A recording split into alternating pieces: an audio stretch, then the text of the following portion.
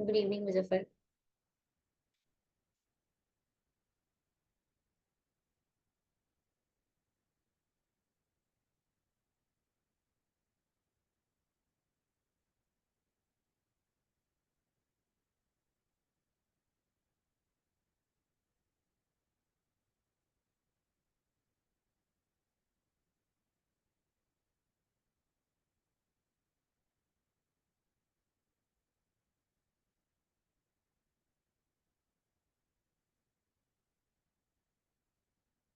चलो, तो आज हमारा जो है यूनिट 5 का पोर्शन है। यूनिट 5 हमारा जहाँ कंसेप्ट क्या है, प्रिंसिपल्स क्या है, करिकुलम के डेवलपमेंट स्टेजेस क्या है, इसकी फिलोसफिकल बेसिस क्या है, यूजीसी एनसीटी का करिकुलम डेवलपमेंट में रोल क्या है। उसके बाद हमारा मॉडल 5B की बात करें तो मॉडल से करिकुलम डिजाइन की, जिसमें different different types of model है। सीआईपीपी मॉडल से लेकर के हमारा टाइलर व्हीलर मॉडल सारा है। फिर 5C की बात करें तो इंस्ट्रक्शनल सिस्टम के बारे में पूछा गया, जिसमें हमको approaches to curriculum and instruction पढ़ना है। एंड देन आखिरी यूनिट जो है हमारा मीनिंग एंड करिकुलम चेंज। तो ये हमारा यूनिट 5 में। अब हम पहले इसमें बात कर लेते हैं कि इस यूनिट की अगर हम बात करें तो इस यूनिट में कौन कौन सा ऐसा पोर्शन है जो हमारे लिए इम्पोर्टेंट है और स्पेशली क्वेश्चन आता है। पहला बात तो याद रखना, करिकुलम एक ऐसा यूनिट है जो 2-3 साल से लगातार क्वेश्चन आ रहा है। अगर 5 क्वेश्चन आ रही है तो 3 क्वेश्चन तो हमारा डायरेक्ट सिलेबस से होता है और 2 क्वेश्चन सिलेबस का। एक कहते हैं ना, मान लो अगर सिलेबस का ये बाउंड्री है तो हम यहाँ तक पढ़ सकते हैं, लेकिन वो इस बाउंड्री के भी बाहर आता है। मतलब कुछ ऐसे क्वेश्चन जिनका हमको कुछ आइडिया नहीं लगता, कुछ नहीं सकता, जिनके बारे में हम कुछ जान नहीं पाते, कुछ आइडिया नहीं लगता है, तो ये हमारा एक इशू होता है। तो वो उन क्वेश्चंस के पीछे हमको नहीं भागना है, क्योंकि वो क्वेश्चन सिर्फ आपके लिए नए नहीं होंगे, सबके लिए नए होंगे। फिर भी हम कोशिश करेंगे कि जितना मैक्सिमम कुछ नया जान सके, वो हमारा कोशिश रहेगा। अब हम बात करते हैं कि हमारा इस यूनिट से 5A से पहले बात करें तो इस यूनिट से हमारे पास क्या क्या नया आता है। तो 5A की बात करें तो 5A में जो है हमारे पास, 5A में जो है यहाँ पर हमारे पास करिकुलम का प्रिंसिपल से बहुत क्वेश्चंस आते हैं। कंसेप्ट है या करिकुलम की स्ट्रेटेजी, हमारा डेवलपमेंट क्या स्टेजेज, मतलब स्टेप्स जो है वो आता है करिकुलम डेवलपमेंट से पहला। दूसरा, इनकी फिलोसॉफिकल बेसिस से क्वेश्चन आता है। एक स्टेटमेंट दे देगा और बोलेगा ये कौन सी करिकुलम से रिप्रेजेंट कर रहा है, या कुछ भी ऐसा दे देगा, मैच द फॉलोइंग दे देगा। दूसरा क्वेश्चन यहाँ से जो आता है हमारा। तीसरा क्वेश्चन जो है हमारा बेंच मार्किंग से आ सकता है ना। बेंच मार्किंग से, जैसे लास्ट पहले हमारा जो बेंच मार्किंग डायरेक्टली नहीं आया था बट इनडायरेक्टली हमसे पूछा था। उसके बाद तो यूजीसी एनसीटी, ये तो हम लोग जो पढ़ते यूनिट 4 में या जहां भी पढ़ते उसी की तरह यहाँ पे क्वेश्चंस होता है। नेक्स्ट है मॉडल्स, ये सबसे इंपॉर्टेंट यूनिट है हमारा, मॉडल्स ऑफ करिकुलम डिजाइन। इससे भी हमारा, जैसे इस बार आया था ट्रेडिशनल कंटेम्प्रेरी का साइंटिफिक और नॉन साइंटिफिक मॉडल से क्वेश्चन। इससे इस बार हमारा आया था व्हीलर और टाइलर मॉडल से क्वेश्चन। सीआईपीपी मॉडल से हमेशा क्वेश्चन आता है, इंटरवेंशन मॉडल से क्वेश्चन आया हुआ है, एक्टिविटी मॉडल से क्वेश्चन आया, मतलब ये सारे मॉडल 5 भी हमारा सबसे सबसे ज्यादा इंपॉर्टेंट है। फिर आते हैं 5C में। 5C में हमारा जो ये इवेल्युएशन मॉडल है, टाइलर, स्टेक, स्क्राइवन, किलपैट्रिक, ये तो इंपॉर्टेंट है ही, साथ ही साथ जो अप्रोचेस टू करिकुलम है हमसे वो भी पूछता है। चूंकि करिकुलम डिजाइन है तो इसमें हमसे करिकुलम डिजाइन की क्या सोर्सेज है, क्या स्ट्रेटेजी है, स्टेप्स है, ये सभी पूछता है ये। फिर करिकुलम चेंज में आते हैं तो करिकुलम चेंज के टाइप्स कौन कौन से हैं, ये हमसे पूछता है। करिकुलम चेंज के टाइप्स कौन कौन से हैं, या फिर करिकुलम चेंज और इम्प्रूवमेंट में क्या फैक्टर है, ये पूछता है। यानी अगर ओवरऑल इस पूरे चारों यूनिट को देखा जाए तो सबसे इंपॉर्टेंट जो जितने नाम बेस्ड मॉडल्स हैं, जितने भी नेम बेस्ड मॉडल्स हैं, वो तो हमारा पहला मोस्ट इंपॉर्टेंट है। उसके बाद डेवलपमेंट के लिए क्या स्टेप है, डिजाइन के लिए क्या स्टेप करना होता है, या प्लानिंग के लिए क्या स्टेप करना होता है, या ओवरऑल करिकुलम के लिए क्या स्टेप करना होता है, वो सब क्वेश्चंस आते हैं। उसके बाद जो है हमारे पास मैथ द फॉलोइंग क्वेश्चन आ जाता है फाउंडेशनल बेसिस से। तो ये 3-4 क्वेश्चन जो है जो डिफरेंट डिफरेंट रूप लेके हमारे पास इस यूनिट से क्वेश्चन आता है। तो आज की क्लास में हम यही करने वाले हैं। एंड यस, जो लोग इस कोर्स में एनरोल होना चाहते हो, क्रैश कोर्स में एनरोल हो सकते हो। क्रैश कोर्स में हमारा, या आप अपने दोस्तों को भी शेयर कर सकते हो, बता सकते हो कि हाँ हमारी क्रैश कोर्स की जो क्लासेस है वो चल रही है, जिसमें हमारा की पॉइंट्स होता है। एंड ये जो लोग भी ऐप को डाउनलोड नहीं किया, ऐप को डाउनलोड कर लो, क्योंकि कमिंग आपका संडे को जो है मॉक मिलने वाला है, पेपर 2 का मॉक क्रैश कोर्स के अंदर, पेपर 2 का फ्री मॉक, पेपर 1 का हमारा पेड मॉक, और साथ ही साथ पेपर 1 का हमारा फ्री मॉक, और साथ ही साथ हमारा जो एसएसबी का मॉक चल रहा है वो भी हमको मिलने वाला है। जो लोग भी टेलीग्राम पे नहीं जुड़े हो, टेलीग्राम पे जुड़ जाओ और प्लीज सभी कोई कोर्सेज को रेट करो। तो चलो हम लोग शुरू करते हैं। सबसे पहले बात करते हैं करिकुलम। अब करिकुलम क्या है, बहुत बेसिक सा क्वेश्चन आता है कई बार हमारा, ऐसे जनरल क्वेश्चन आ जाता है करिकुलम। तो कौन सी वर्ड से आई है, क्यूरेरे से, जिसका मतलब क्या है, रेस कोर्स। जिसका मतलब क्या है, रेस कोर्स। क्यूरेरे मतलब रेस कोर्स, यानी वो सारी लर्निंग जो कि प्लान्ड है, गाइडेड है बाय द टीचर, ये कैरीड है ऑन इन ग्रुप और इंडिविजुअली इनसाइड और आउटसाइड द स्कूल, इसी को हम लोग कहते हैं क्या, करिकुलम। जो भी ओवरऑल जो भी चीजें हम कर रहे हैं, बाहर अंदर हर एक चीज जो है हमारा करिकुलम। कनिंगम ने डिफाइन किया कि करिकुलम का क्या, एक टूल है। किसका टूल, तो एक किसी के हाथ का टूल है, और वो किसके हाथ का, आर्टिस्ट के हाथ का। और वो आर्टिस्ट को वो किसके साथ कंपेयर किए, तो टीचर के साथ, जो अपने मटेरियल को मोल्ड कर रहे हैं। मोल्ड कर रहे हैं मतलब मतलब जैसा चाहते वैसा सेव कर रहे हैं। और किनको, उनके लिए वो मटेरियल कौन है, प्यूपिल। किसके अकॉर्डिंग, तो उनकी अपनी आइडियल से, जो कि क्या है, ऑब्जेक्टिव। और कहाँ, तो अपने स्टूडियो में, जिसको स्कूल की बात करेंगे, जिसको स्कूल की बात कही। यानी करिकुलम वो सारा चीज, ऑल द लर्निंग एक्सपीरियंसेस जो हमारा in and outside the school होता है, वो सब क्या है, करिकुलम। और इसीलिए जब हम करिकुलम की नेचर की बात करते हैं, तो करिकुलम एक प्रोडक्ट की तरह भी है। हमारे पास सारा कुछ मेंशन्ड है, डिस्क्रिप्टिव वे में हमारे पास करिकुलम प्रेजेंट है। हम उसको एज ए प्रोडक्ट यूज करते हैं, यानी हम उसका इस्तेमाल करते हैं। एक प्रोग्राम की तरह भी है करिकुलम। प्रोग्राम की तरह क्यों, क्योंकि जो भी कोर्सेज ऑफ स्टडी हम ऑफर करते हैं किसी स्कूल में, स्टूडेंट्स के चॉइस ऑफ कोर्सेज, उसके अंदर कई प्रोग्राम स्कूल्स के होते हैं, मेंशन्ड होते हैं। हमारा जो करिकुलम उस कोर्स का एक प्रोग्राम का पार्ट होता है। करिकुलम हमारा इंटेंडेड लर्निंग आउटकम्स, यानी हमने जो भी लर्निंग आउटकम सोच रखा है उसके अकॉर्डिंग हम करिकुलम को ऑर्गेनाइज करते हैं। और साथ ही साथ जो भी लर्निंग एक्सपीरियंसेस प्लान करते हैं, वो भी हमारा करिकुलम का एक कोर्स है। वो भी हमारा करिकुलम का नेचर है। तो करिकुलम हमारा क्या है, ये चीज है। कह रहा है पहले जो करिकुलम होता था वो हमारा कैसा होता था, प्रिस्क्रिप्टिव होता था। प्रिस्क्रिप्टिव मतलब हमारे पास प्रोवाइडेड व्हाट आउट टू, क्या होना चाहिए, है ना, क्या होना चाहिए, ये चीज पहले मेंशन होता था। लेकिन अब क्या है, डिस्क्रिप्टिव करिकुलम है, जहां पे ये आपको हर एक चीज, सिर्फ ये नहीं बताते क्या होना चाहिए, क्या और क्या कर सकते हैं, क्या आपको फ्रीडम मिलती है, हर एक चीज क्या क्या ऑप्शंस है, कैसे कैसे कर सकते हैं, क्या प्रोविजन है, सब कुछ यानी प्रॉपरली डिस्क्राइब किया जाता है। जैसे प्रिस्क्रिप्टिव डॉक्टर हमारे पास सिंपल प्रिस्क्रिप्ट कर दिया, ये दवा खाना है।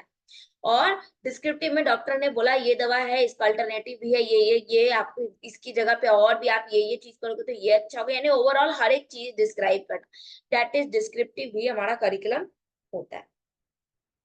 प्रिंसिपल ऑफ करिकुलम की बात करें तो हम जानते हैं चाइल्ड सेंटर्डनेस, बच्चों को ध्यान में रख के फ्लेक्सिबिलिटी होनी चाहिए, को रिलेशन होना चाहिए, इंटीग्रेशन होना चाहिए, हर हर एस्पेक्ट पे हम, चाहे वो लोअर से हायर में जा रहे हो या सेम लेवल पे हो, कोर्सेज इंटीग्रेटेड होना चाहिए। Principle of community service, principle of values और प्रिंसिपल ऑफ टोटलिटी जो है हमारे यहाँ होना चाहिए। करिकुलम के स्कोप की बात करेंगे तो वो सारा aspect of life of the people जो है हमारा करिकुलम का स्कोप होता है। मतलब स्कोप क्या, पाठ्यक्रम कहाँ तक फैल सकता है, तो एक बच्चों की पूरी लाइफ के एस्पेक्ट को ध्यान में रख सकता है। इंटीमेटली वो इंडिविजुअल्स के साथ रिलेट होता है, वो किसी न किसी एजुकेशनल फिलोसफी पे एम्बॉडीज होता है। और चाइल्ड के टोटल एजुकेशन को भी ये फोकस करता है, टोटल एजुकेशन के भी इम्फेसिस करता है, इम्फेसिस करता है। तो ये तो हमारा बेसिक कंसेप्ट हुआ करिकुलम है क्या। अब आते हैं करिकुलम डेवलपमेंट। करिकुलम डेवलपमेंट क्या है, तो एक ऐसा प्रोसेस जहां हम चीजों को सेलेक्ट कर रहे हैं। क्या सेलेक्ट कर रहे हैं, मान लो उनको करिकुलम डेवलप करना है, तो अब क्वेश्चन आता है यहाँ से, क्या सेलेक्ट करेंगे, तो सबसे पहले हम सेलेक्ट करेंगे, देखेंगे कि उनकी नीड क्या है, किस चीज पे, कंटेक्स क्या है, उनका नीड किस कंटेक्स में वो नीड है। देन उसके अकॉर्डिंग हम चीजों को ऑर्गेनाइज करेंगे, यानी हम उससे रिलेटेड जितने भी चीजें हैं, हमें जरूरत है, नीड है, उन सबको ऑर्गेनाइज करेंगे। देन हम उसके प्लानिंग को एग्जीक्यूट करने की कोशिश करेंगे, एंड देन फाइनली इवेल्युएट करेंगे कि क्या हमारा जो करिकुलम है वो हमारे up to the intended learning outcomes या एक्सपीरियंसेस, इन सबको अप टू द मार्क वो हो रहा है या नहीं हो रहा है। ये हमारा करिकुलम डेवलपमेंट की बात हम करते हैं। करिकुलम डेवलपमेंट की बात हम करते हैं। जब करिकुलम डेवलपमेंट की प्रिंसिपल की बात करें तो डेफिनेटली जो करिकुलम का हमारा प्रिंसिपल है वही डेवलपमेंट में भी यूज करेंगे, कि वैरायटी होना चाहिए, हमारे नीड ऑफ लाइफ के अकॉर्डिंग होना चाहिए, रेलेवेंसी दिखना चाहिए, कॉम्प्रिहेंसिवनेस होना चाहिए, लाइफ लॉन्ग लर्निंग को सपोर्ट करना चाहिए। तो ये सारा हमारा करिकुलम डेवलपमेंट का प्रिंसिपल में बात करते हैं। अब ये वेरी इंपॉर्टेंट स्टेप्स एग्जाम में आता है हर बार, और इसी में उलट फेर करके आता है। तो क्या है करिकुलम डेवलपमेंट के लिए, अभी जस्ट मैंने बोला कि सबसे पहले हम क्या करेंगे, सेलेक्ट करेंगे। तो सेलेक्ट किस बेसिस पे करेंगे, हम देखेंगे कि नीड, जरूरत क्या है, किस कंटेक्स्ट में क्या जरूरत है। तो हम पहले करिकुलम डेवलपमेंट करना ही क्यों है, उस नीड को पहचाने। अब जान तो गए कि करना है इसके लिए, अब जिनके लिए करना है हम उनकी कैरेक्टरिस्टिक को जानने की कोशिश करेंगे। देन हम उनके अकॉर्डिंग इंटेंडेड लर्निंग आउटकम्स क्या होगा हमारे, क्या हम सोच के रखते हैं कि अगर करिकुलम डेवलप करेंगे तो ये आउटकम होना चाहिए। देन हम इंपॉर्टेंट एंड रेलेवेंट कंटेंट को आइडेंटिफाई करेंगे और तब सजेस्ट करेंगे, अकम्प्लिश करेंगे इंटेंडेड आउटकम्स। किसको अकम्प्लिश करेंगे, इंटेंडेड आउटकम्स। यानी करिकुलम डेवलपमेंट का पहला कंसिडरेशन, पहला जो आपके एग्जाम में डायरेक्ट ये आया हुआ है। दूसरा इस तरीके से भी पूछा हुआ है कि हम पहले क्या करेंगे, नीड को एसेस करेंगे, ऑब्जेक्टिव फॉर्मुलेट करेंगे। देखो यहाँ लर्नर को हटा दिया, डायरेक्ट ऑब्जेक्टिव पे आ गया। सिलेक्शन कंटेंट को ऑर्गेनाइज करेंगे, देन उसके अकॉर्डिंग, उस कंटेंट के अकॉर्डिंग कौन से एक्सपीरियंसेस उनको देना है, कैसे देना है, वो ऑर्गेनाइज करेंगे, एंड देन इवेल्युएट करेंगे, एंड देन इवेल्युएट करेंगे। तो ये हमारे करिकुलम डेवलपमेंट के स्टेजेस। क्लियर है, कोई डाउट यहाँ तक?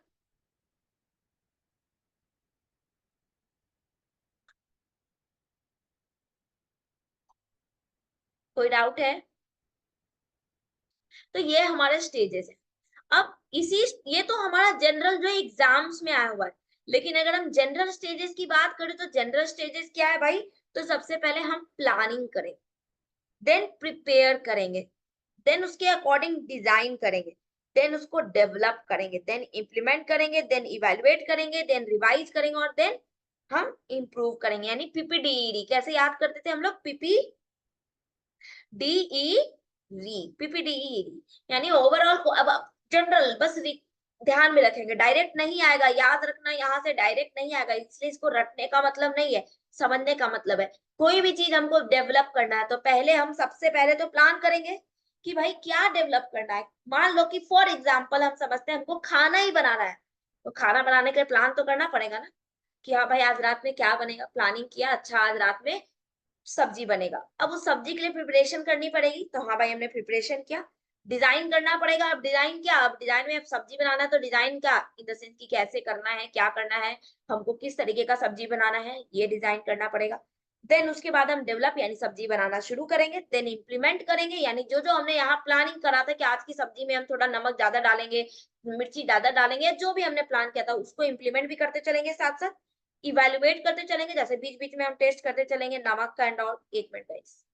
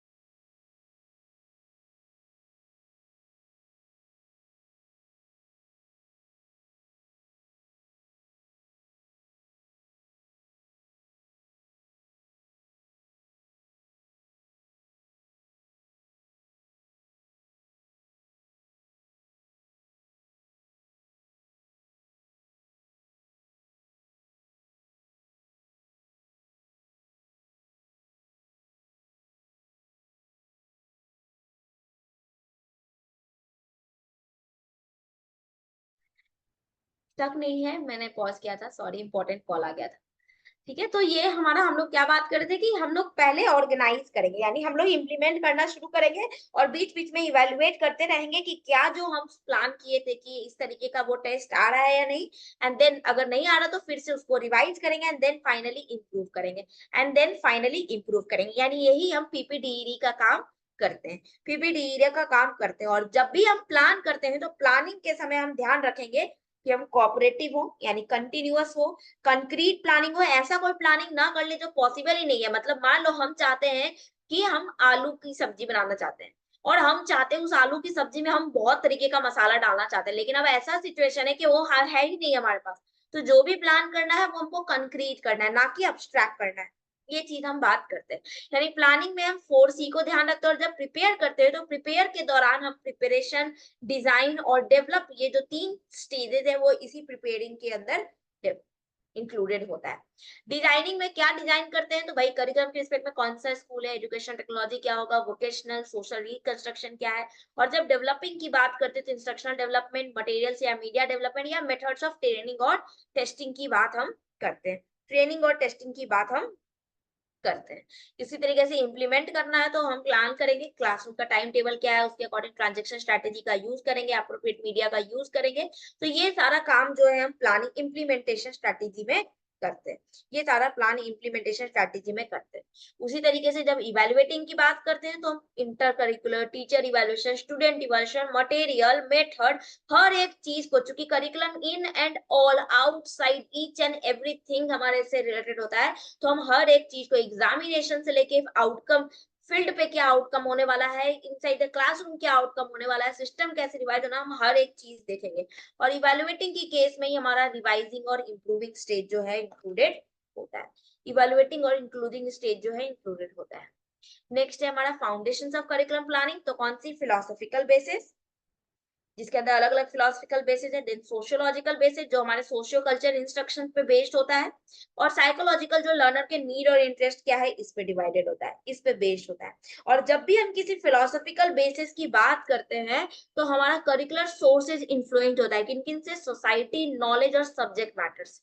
सोसाइटी में हम देखेंगे क्या सोशल फोर्सेज, क्या प्रॉब्लम है, कौन से नॉलेज को सर्च करें, और सब्जेक्ट मैटर क्या, और सबसे इंपॉर्टेंट लर्नर।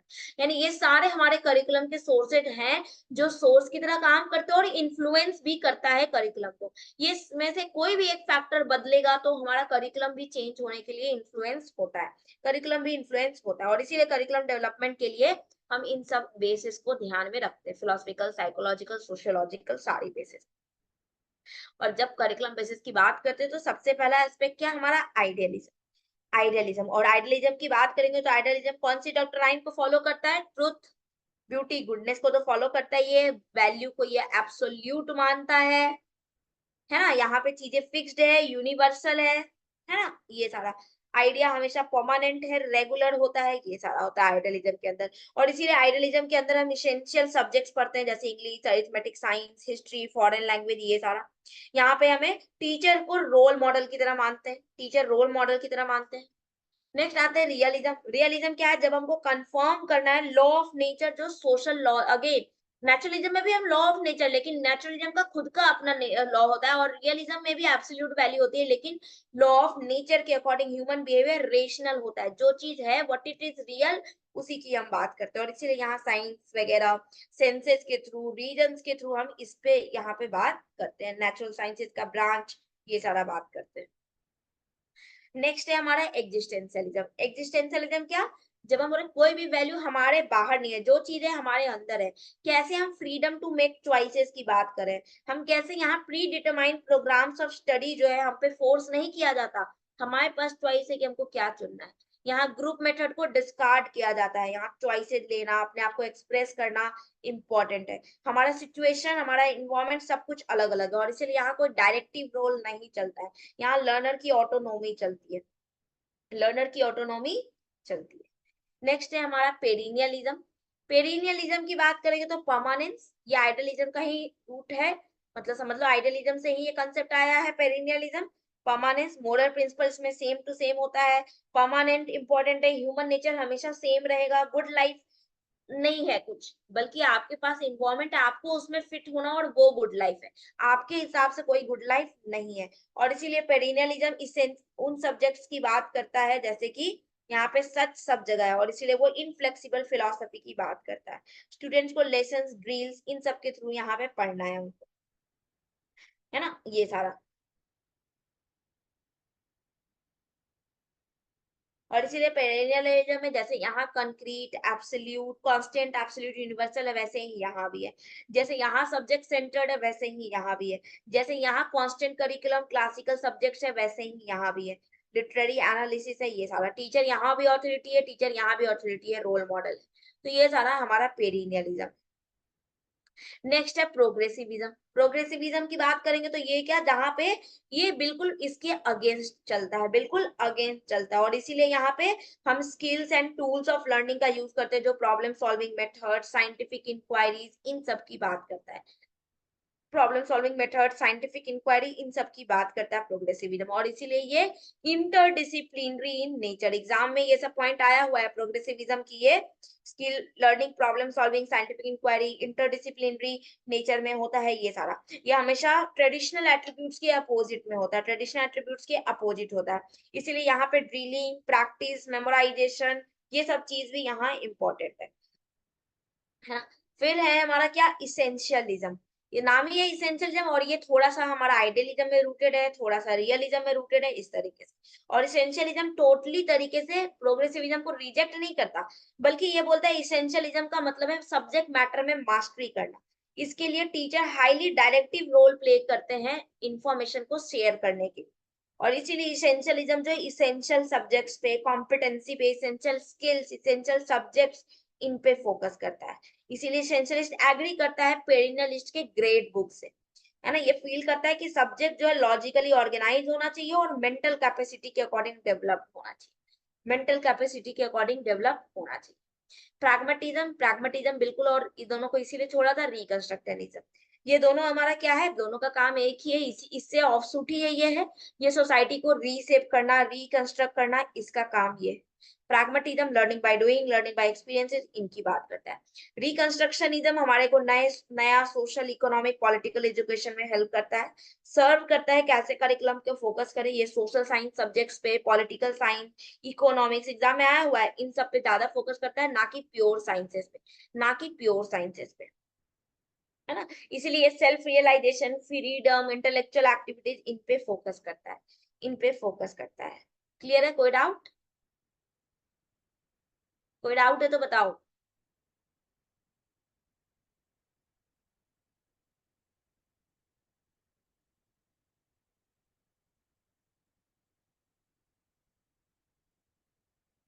नेक्स्ट बात करते हैं, it can be broad specific matters. अब आते हैं हम लोग क्या, बेंच मार्किंग की। कि बेंच मार्किंग की जब हम बात करेंगे तो बेंच मार्किंग हमारा क्या है, ब्रॉड हो सकता है, स्पेसिफिक मैटर हो सकता है, स्ट्रेटेजिक हो सकता है, साइक्लिकल हो सकता है, और एडहॉक हो सकता है।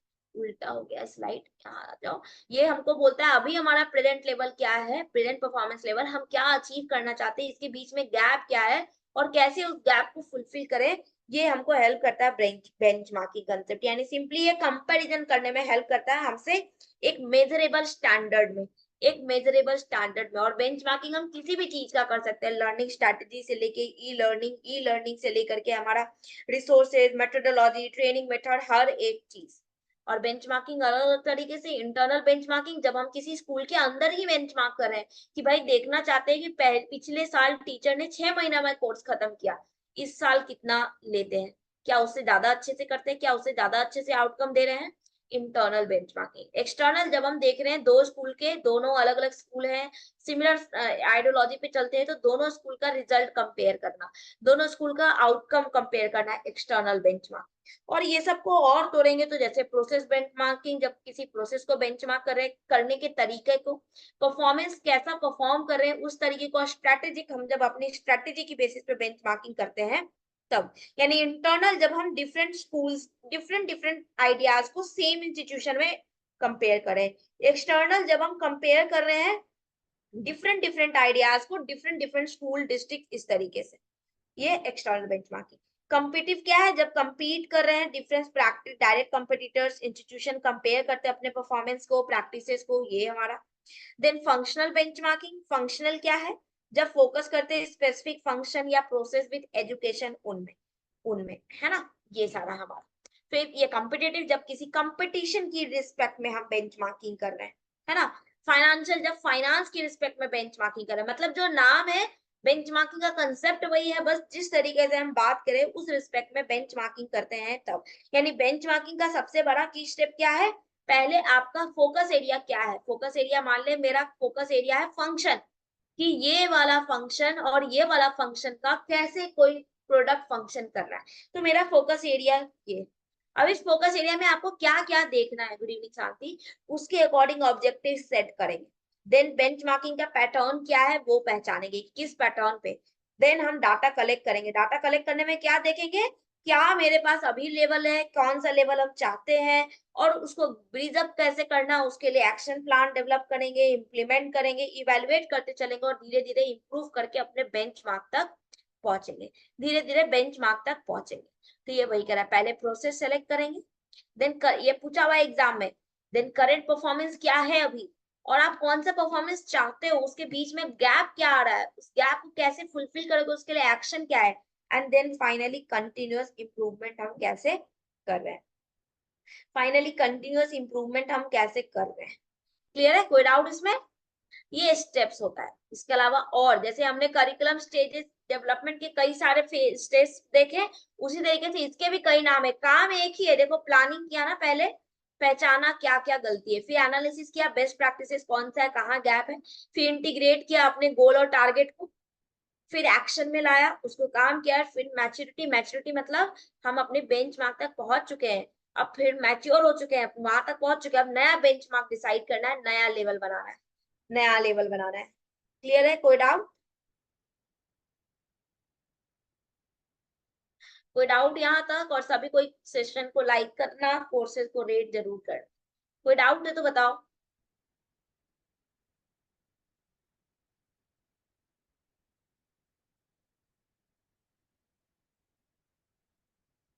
नेक्स्ट है first attempt to formulate a national system of education in India, कब आया, 1944 with a report of Central Advisory Board of Education on post-war educational development, जो कि हम सर्जेंट रिपोर्ट, जिसको हम क्या बोलते हैं, सर्जेंट रिपोर्ट बोलते हैं। ये रिकमेंड किया formation of a university grant committee, जो कि फॉर्म हुआ 1945 में, देखने के लिए work of 3 central university of Aligarh, Banaras और दिल्ली, अलीगढ़, बनारस और दिल्ली के 3 सेंट्रल यूनिवर्सिटी। और ये कमिटी इंटरेस्टेड हुआ with the responsibility of dealing with all and then existing universities, all and then existing universities है उसकी बेसिस पे। और यहीं से हमारा यूनिवर्सिटी इंडिपेंडेंस के बाद पहला यूनिवर्सिटी एजुकेशन कमीशन 1948 में सेटअप हुआ, जो यूनिवर्सिटी के लिए बात करी थी। फिर उन्हीं ने यूनिवर्सिटी ग्रांट कमिटी ने कॉन्स्टिट्यूट किया कि एक कमीशन होना चाहिए यूनाइटेड, किसके, of the United kingdom with a full time chairman, है ना। हाँ बिल्कुल, किस पे बेस्ड, यूके बेस्ड, हमने कोर्स में पढ़ा था यूनाइटेड किंगडम बेस्ड, और उनकी चेयरमैनशिप फुल होना चाहिए, फुल टाइम होनी चाहिए।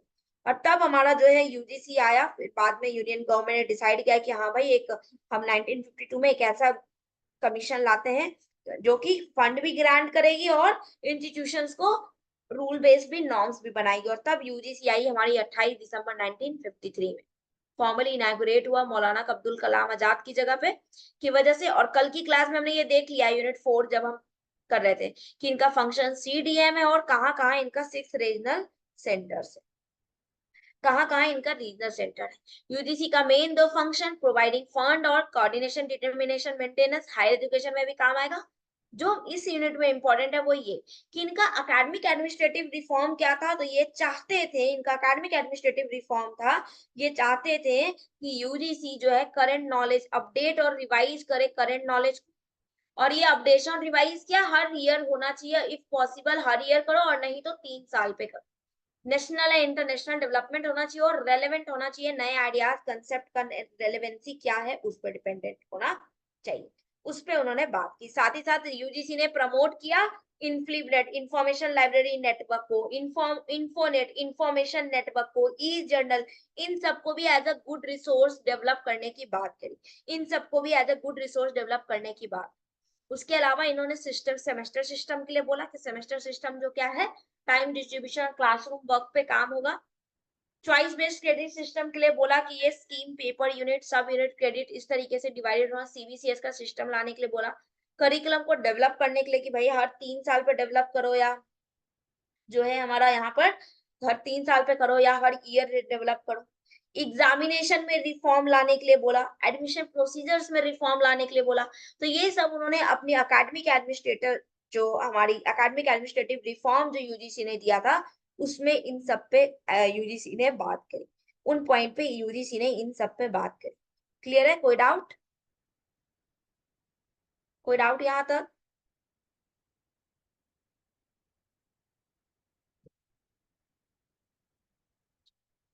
फिर एनसीटी कल भी हमने देखा 1973 है ना, फिर स्टैट्यूटरी के एनसीईआरटी के साथ हेल्प करती थी। 1978 में एक करिकुलम फ्रेमवर्क दिया, और फिर एनसीटी ने एनसीएफटी 2009 कब एनसीएफ 2005 के रिकमेंडेशन पे लाए, है ना। ये सारा हमने, और इसको स्टैट्यूटरी दर्जा मिला 17 अगस्त 1995, पीवाईक्यू में पूछा हुआ है। और कौन सी एक्ट के तहत? तो 1993 एक्ट के तहत, 1993 एक्ट के तहत बात करा।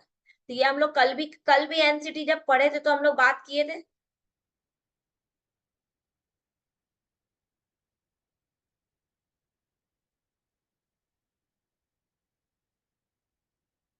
है ना। ये हम लोग एनसीटी का रोल क्या है, रिवीजन करना, टीचर एजुकेशन को देखना, ये सारा कुछ।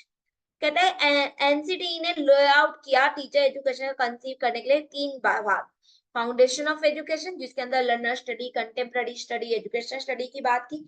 करिकुलम एंड पेडागॉजी, जिसके अंदर करिकुलम स्टडी, पेडागॉजी पूछा हुआ है ना एग्जाम में इस बार आपका। इनडायरेक्टली बोला था कि फाउंडेशन के अंदर कौन से पॉइंट्स इंक्लूडेड है, सेट की एग्जाम में भी आया था। और स्कूल इंटर्नशिप, जहां प्रोफेशनल कैपेसिटी टीचर उनकी एबिलिटी और स्किल्स की बात करी, उनकी एबिलिटी और स्किल्स की बात करी। क्लियर है? कोई डाउट?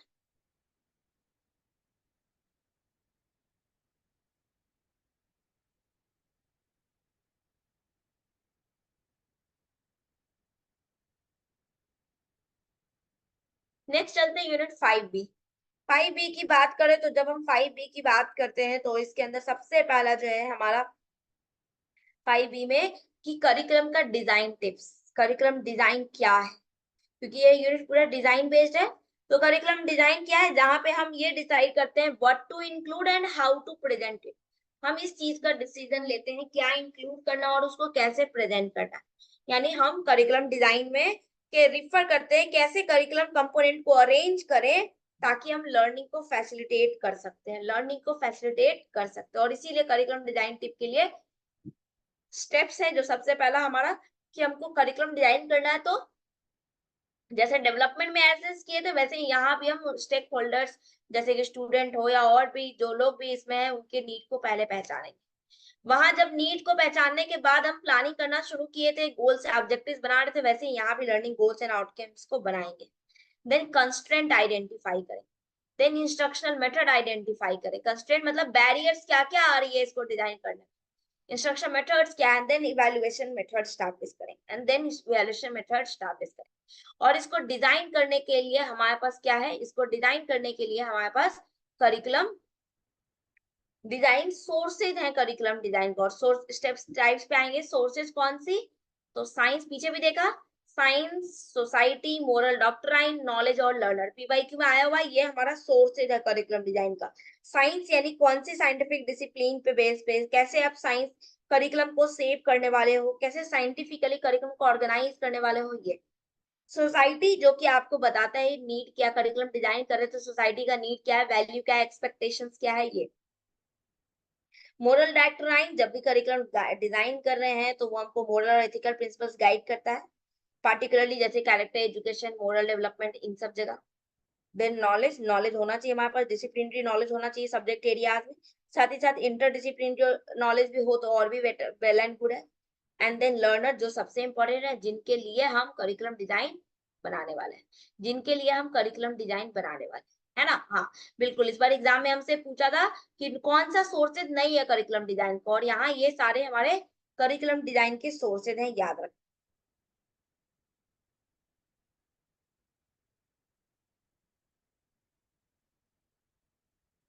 अब आते हैं करिकुलम डिजाइन की टाइप्स। जब हम टाइप्स की बात करेंगे तो टाइप्स हम जानते हैं, टाइप्स कौन कौन सा है, सब्जेक्ट सेंटर्ड, लर्नर सेंटर्ड और प्रॉब्लम सेंटर्ड। सब्जेक्ट सेंटर्ड जब सब्जेक्ट फोकस्ड होगा, लर्नर सेंटर्ड लर्नर फोकस्ड होगा, प्रॉब्लम सेंटर का फोकस कहाँ होगा, प्रॉब्लम पे होगा, प्रॉब्लम पे होगा। सब्जेक्ट सेंटर के अंदर कई सारे डिजाइन आते हैं, जैसे कि आगे पीडीएफ पावर पॉइंट में दिया, आप रीड करना, इसको हम लोग यहाँ पे रिकॉल करते हैं। जैसे कि सबसे पहला हमारा सब्जेक्ट डिजाइन, इंपॉर्टेंट इंफेसिस ये सब्जेक्ट पे, और ये इसेंस, क्योंकि सब्जेक्ट सेंटर भी जस्ट हमने पढ़ा ना, किस पे फोकस करा था, इसेंशियलिज्म और हमारा पेरिनियलिज्म। बताओ, हमने पढ़ा ना इसेंशियलिज्म और पेरिनियलिज्म में कि सब्जेक्ट सेंटर था, ये कोर सब्जेक्ट था। Then discipline design, discipline design भी हमारा इसी पे फोकस करेगा, इसी फिलोसफी पे, है ना। देन हमारा ब्रॉड फील्ड डिजाइन, ये भी इंटरडिसिप्लिनरी होगा, लेकिन फोकस इसका भी इसेंशियलिज्म में होगा और साथ ही साथ एक प्रोग्रेसिविज्म में होगा। फिर हमारा सब्जेक्ट सेंटर में को रिलेशन डिजाइन भी आता है, यहाँ भी हम सेपरेट सब्जेक्ट्स को कोरिलेट करें, लेकिन फिलोसफी यहाँ भी अभी भी हमारा इसेंशियलिज्म और प्रोग्रेसिविज्म।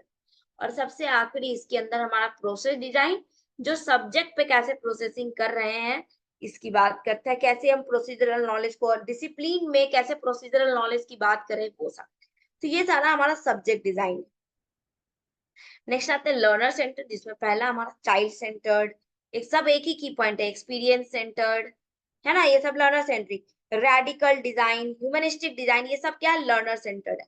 जिसमें से हमारा चाइल्ड और एक्सपीरियंस प्रोग्रेसिविज्म फिलोसफी पे बात करता है, और हम लोग प्रोग्रेसिविज्म में पढ़े थे ना कि ये प्रोग्रेस कर रहा है, इंडिविजुअल को इंटरेस्ट पे बेस पे इनको करने की बात कर रहा है। और ये दोनों जो है हमारा रिकंस्ट्रक्शनिज्म डिजाइन पे, और ह्यूमनिस्टिक हमारे एग्जिस्टेंशियलिज्म पे है, क्योंकि ह्यूमनिस्टिक याद करो, एग्जिस्टेंशियलिज्म में भी अभी जस्ट हम पीछे बात किए ना कि वो भी लर्नर सेंटर है, उनको चुनने का मौका दे रहा है, तो ये सब वो भी है, तो और इसीलिए learner centre design,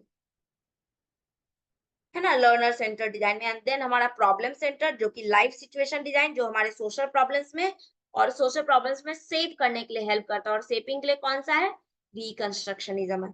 and then रिकंस्ट्रक्शनिस्ट design, जो कि हमारी सोसाइटी और प्रॉब्लम पे फोकस करता है, जो कि किस पे फोकस करता है, सोसाइटी और प्रॉब्लम्स पे। क्लियर है, कोई डाउट? तो ये देख लो, यहाँ सब लिखा हुआ है, सारे रीड जरूर करके जाना इंपॉर्टेंट, यहाँ मैंने आपके लिए नाम भी मेंशन कर दिया है।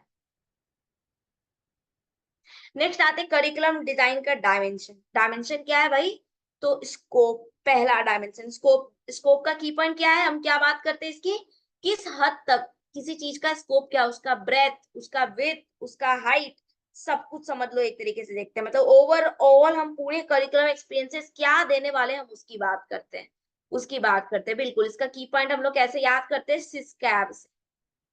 ये ब्रेथ में बात करते हैं, यानी एक करिकुलम कितना डेप्थ तक हम डील कर रहे हैं वो देखते हैं। इंटीग्रेशन में देखते हैं कि क्या कंटेंट फ्रॉम वन फील्ड, एक फील्ड से दूसरे फील्ड में जुड़ रहा है कि नहीं, यानी फिजिक्स का कंसेप्ट केमिस्ट्री से रिलेट कर पा रहे हैं या नहीं, केमिस्ट्री के कंसेप्ट को फिजिक्स के कंसेप्ट में यूज कर पा रहे हैं या नहीं, ये हम इंटीग्रेशन में देखते हैं। देन सीक्वेंस, सीक्वेंस में क्या देखते हैं, सीक्वेंस में हम देखते हैं सिंपल और कॉम्प्लेक्स डिजाइन की बात करते हैं, पार्ट टू होल और प्री रिक्विसाइट लर्निंग की बात करते हैं, है ना, कैसे चल रहे हैं, होल टू पार्ट चल रहे हैं, पार्ट टू होल चल रहे हैं, सिंपल से कम्प्लेक्स जा रहे हैं, क्रोनोलॉजी में जा रहे हैं, यानी ऐसा तो नहीं ना कि हम पहले पढ़ रहे हैं, मान लो हमको पढ़ना है क्रोनोलॉजी में, तो हम पढ़ रहे हैं पहले पुराना हिस्ट्री, मान लो हिस्ट्री बुक पढ़ रहे हैं, तो हम पहले पढ़ लिए अभी क्या चल रहा है, और आगे जाके पढ़ेंगे पुराना ईयर में क्या हुआ। हिस्ट्री की यूनिट्स भी होती है, तो वो ईयर वाइज क्रोनोलॉजिकली जैसे जैसे घटना होती है उस तरीके से होती है। देन कंटिन्यूटी, कंटिन्यूटी में हम देखते हैं क्या, कंटिन्यूटी में हम देखते हैं कि यहाँ पे हमारा, जैसे मान लेते हैं 4 क्लास में जो पढ़ा है उसी की कंटिन्यूटी को 5 में कंटिन्यू करेंगे ना, उसी को थोड़ा आगे बढ़ाएंगे 6 में, फिर 7 में, ये कंटिन्यूटी की बात करता है।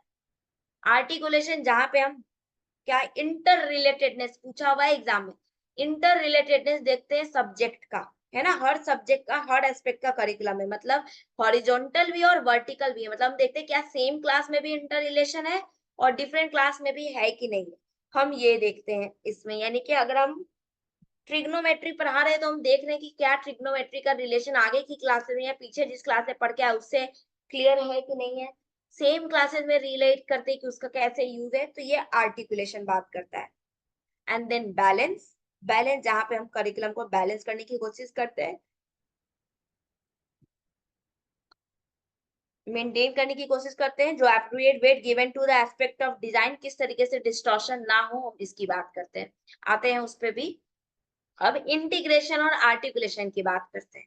इंटीग्रेशन में जब हम बोलते हैं तो इंटीग्रेशन में हम कंसेप्ट्स को इंटीग्रेट कर रहे हैं, जहां पे हम लर्निंग को एक फील्ड से दूसरे फील्ड में देखने की कोशिश कर रहे हैं, और यहाँ हॉरिजॉन्टल रिलेशनशिप्स देखते हैं, और यहाँ हॉरिजॉन्टल और वर्टिकल दोनों देखते हैं। हमने कोर्स में, जो लोग भी पैकेज कोर्स में हो, बताओ, की पॉइंट में हाईलाइट किया हुआ है ना? यस, की पॉइंट में हाईलाइट किया हुआ है। इंटीग्रेटेड में हमने हॉरिजॉन्टल की देखते हैं, पैकेज पैकेज कोर्स की कंटेंट में, जहां हम अलग अलग टॉपिक को डिफरेंट सब्जेक्ट एरिया में इंटीग्रेट करते हैं। और आर्टिकुलेशन सिर्फ डिफरेंट सब्जेक्ट एरिया में ही, सेम क्लास में नहीं, बल्कि डिफरेंट क्लासेस में, डिफरेंट सब्जेक्ट्स में, हर तरीके से देखते हैं। और इंटीग्रेशन हम सिर्फ हॉरिजॉन्टल इंटीग्रेशन करते हैं, सेम क्लासेस में, सेम सब्जेक्ट में, डिफरेंट क्लासेस सेम सब्जेक्ट में, ये भी कर सकते हैं हॉरिजॉन्टल में। लेकिन इंटीग्रेशन डिफरेंट डिफरेंट क्लासेस में भी, सेम क्लासेस में भी, हॉरिजॉन्टल वर्टिकल सब तरीके से देखते हैं। क्लियर है अभी? कोई डाउट यहाँ तक?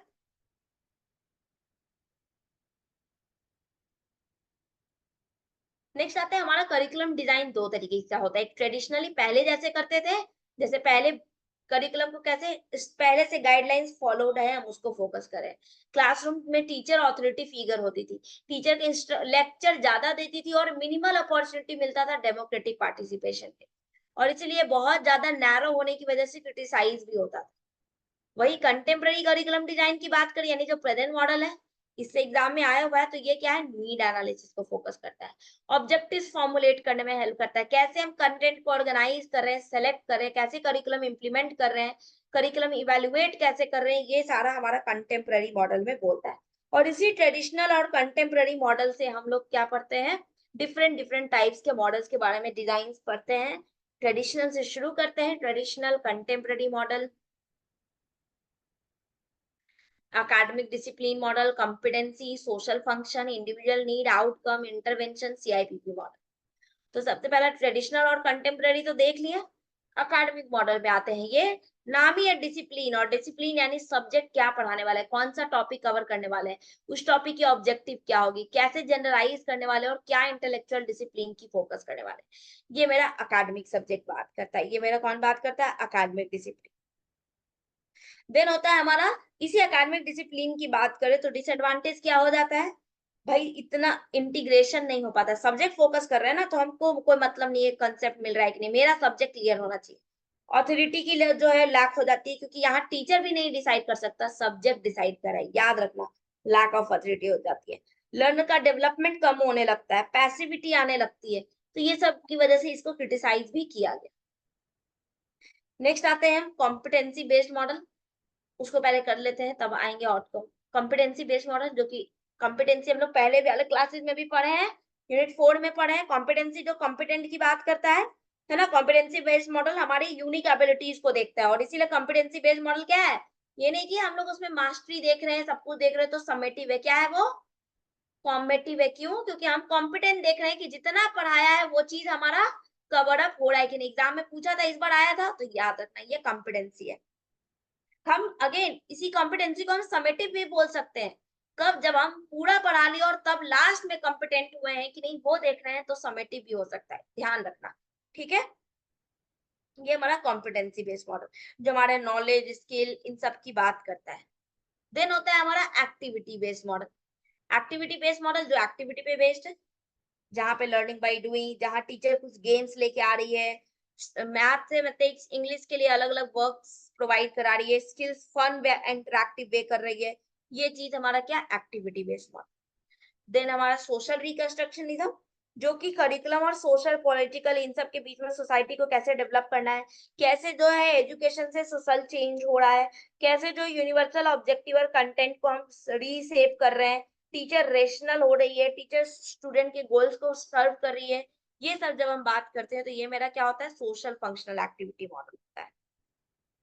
देन इंडिविजुअल नीड और इंटरेस्ट मॉडल, लर्नर क्या है यहाँ पर, एक्सपर्ट, जो कि बेस्ट प्लेस होता है to know what they need, emphasise करता है लर्नर का interest and motivation as a key to curriculum formulation.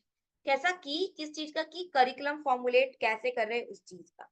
People के पास इंटरेस्ट है कि समथिंग इट बिकम इजी, कैसे वो पढ़े ताकि उनको इंटरेस्ट जग सके, लर्निंग इंटरेस्टिंग हो सके।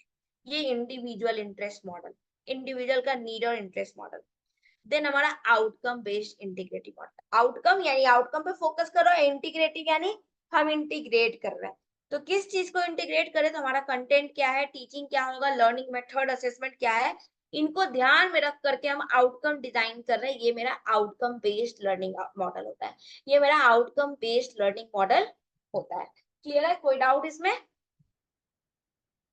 यानी आउटकम बेस में जब बात करेंगे तो हम लर्निंग आउटकम देखते हैं और इंटीग्रेट करने के लिए चार एलिमेंट की बात करते हैं, चार एलिमेंट की बात करते हैं, और इसीलिए ये पर्पस ड्राइवन मॉडल कहलाता है, पर्पस ड्राइवन मॉडल कहलाता है।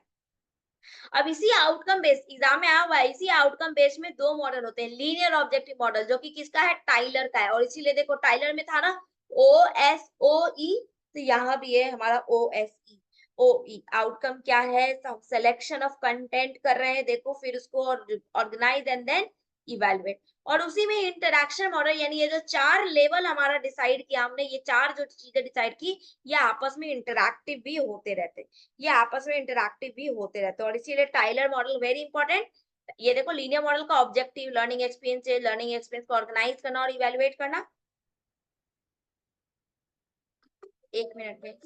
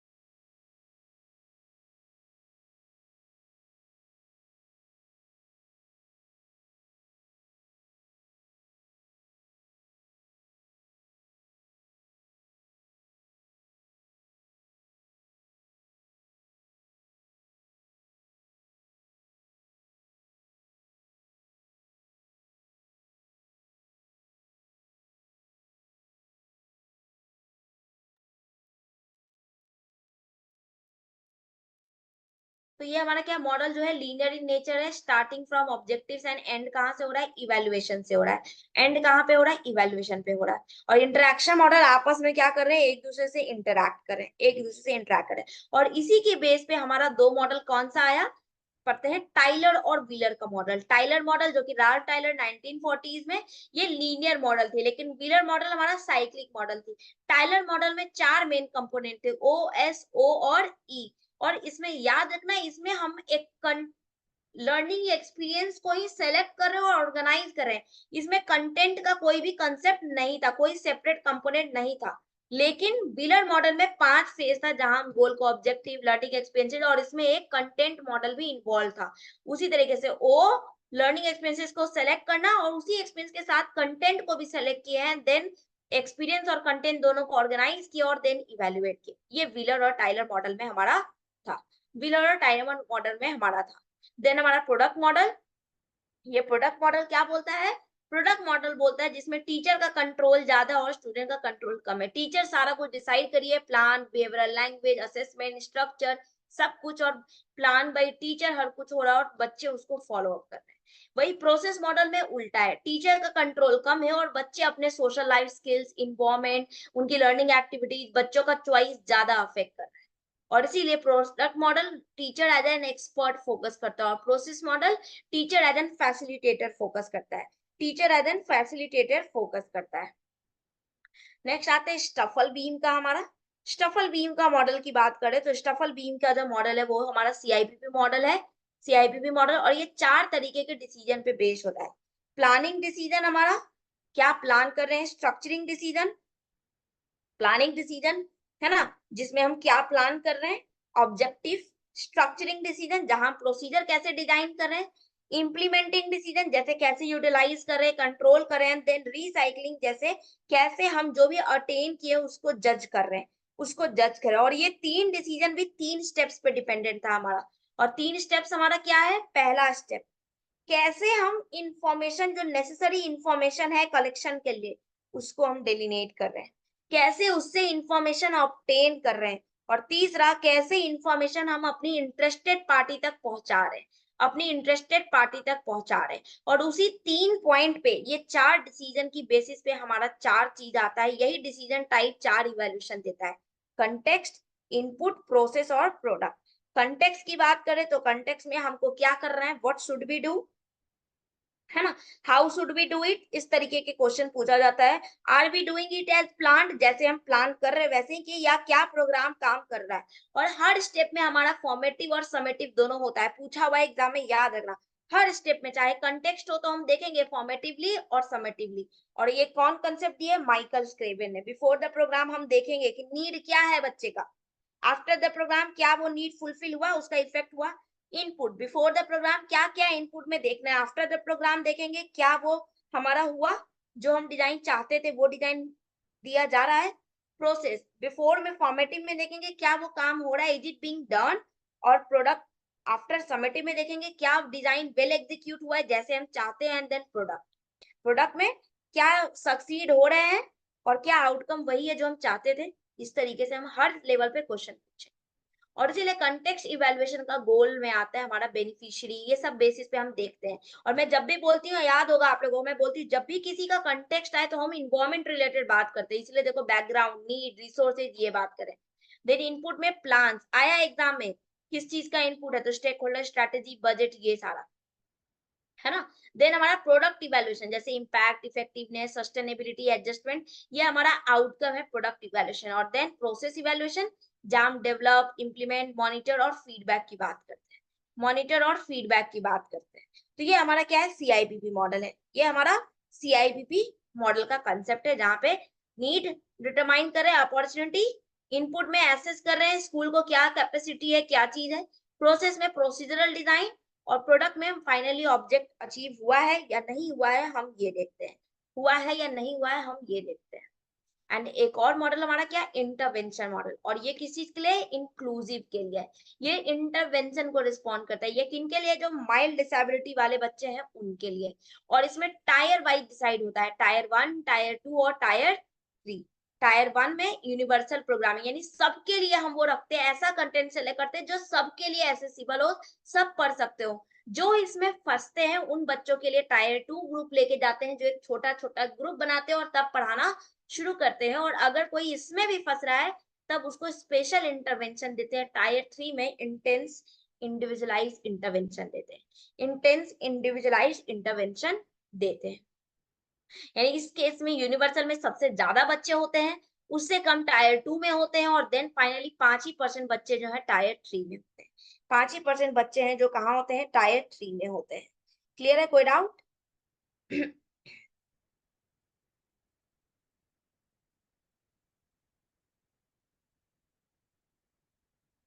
कोई डाउट है तो बताओ। और सभी कोई सेशन को लाइक करना, कोर्सेज को रेट करो गाइस। तो ये हमारा 5B भी फिनिश हुआ, 5B भी फिनिश हुआ। नेक्स्ट चलते हैं करिकुलम ट्रांजैक्शन। 5C हमारा यही है, करिकुलम ट्रांजैक्शन पढ़ना है, इंस्ट्रक्शनल, ये सारा कुछ, अप्रोचेज एंड ऑल। तो ट्रांजैक्शन कहाँ, लेन देन, है ना। प्लानिंग कैसे कर रहे हैं, कैसे इवेलुएट करेंगे, ये सब लेन देन की बात करते हैं। और करिकुलम ट्रांजैक्शन का बेस क्या है, सोशल फिलोसफी क्या है सोसाइटी का, नेशन का नीड क्या है, कोर्स ऑफ स्टडी क्या है, उसके अकॉर्डिंग हम करिकुलम ट्रांजेक्ट करेंगे। कौन सी एग्जामिनेशन सिस्टम होने वाली है, कमीशन एंड कमिटी ने किस तरीके से ट्रांजैक्शन करने के लिए बोला है। जैसे अब एनईपी क्या कहती है, ट्रांजैक्शन कैसे करना है, ट्रेडिशनल तरीके से नहीं करना है, टेक्नोलॉजी का यूज करके करना है, रियल लाइफ सिचुएशन का यूज करके करना है, out of the classroom use करना है। तो इन सब बेसिस पे हम करिकुलम को ट्रांजेक्ट करने की बेसिस की बात करते हैं।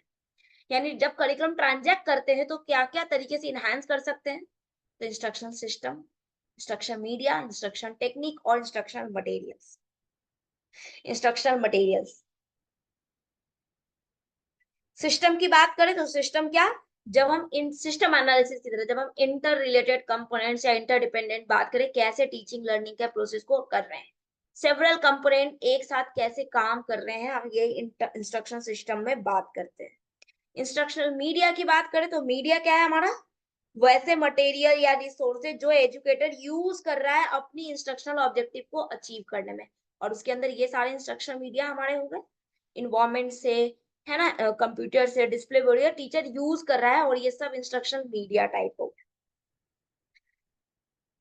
देन इंस्ट्रक्शनल टेक, ये सब मीडिया है हमारा। देन इंस्ट्रक्शनल टेक्निक, टेक्निक जहां हम टीचर सेंटर लर्निंग टेक्निक का यूज करते हैं, लर्नर सेंटर का यूज करते हैं, एक्सपीरियंशियल लर्निंग का यूज करते हैं। ये सब टेक्निक है, यानी हम अपनी इस मीडिया को किस टेक्निक से प्रेजेंट करने वाले हैं, मेरा पूरा overall teaching methods, teaching techniques क्या होने वाला है ना। जैसे टीचर सेंटर में lecture method, demonstration method, team teaching method, learner centre में पर्सनलाइज सिस्टम, ये सब जानते हैं हम लोग, प्रोग्राम लर्निंग पढ़ चुके हैं यूनिट 4 में, है ना, individualise project teaching, computer assisted learning, distance learning, ये सारा हमारा। एक मिनट गाइस, एक डिलीवरी कुरियर है, बस एक मिनट।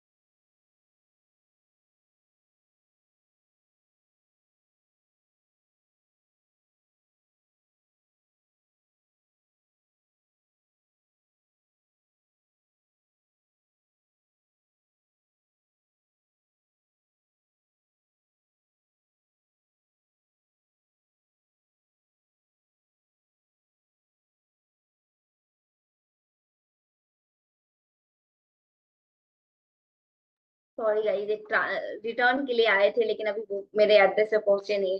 पहुंच के फिर से 2 मिनट के लिए ब्रेक लूंगी बस। तो ये हमारा क्या है, ये हमारा एक्सपीरियंशियल लर्निंग टेक्निक्स है, जहाँ पे हमारा किसकी बात कर रहे हैं, डिस्कवरी लर्निंग की, learner centre instruction, simulation teaching, ये हमने पढ़ा बिहेवियरल मॉडल के अंदर, role play, case study techniques, ये सारा टेक्निक जो है हम एक्सपीरियंशियल लर्निंग, यानी ये सब इंस्ट्रक्शन टेक्निक्स हम यूज करते हैं।